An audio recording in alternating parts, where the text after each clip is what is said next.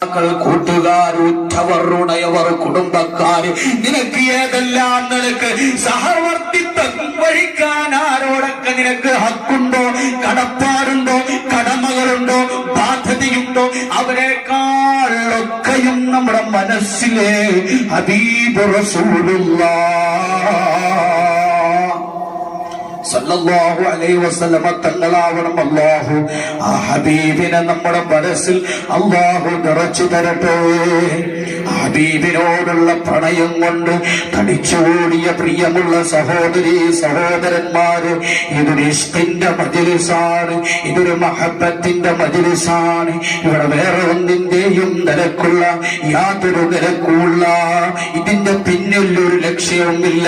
ഉള്ളത് മഹബ്ബത്തുർ റസൂൽ നബി മുഹമ്മദ് മുസ്തഫ സല്ലല്ലാഹു അലൈഹി വസല്ലമ തങ്ങളെ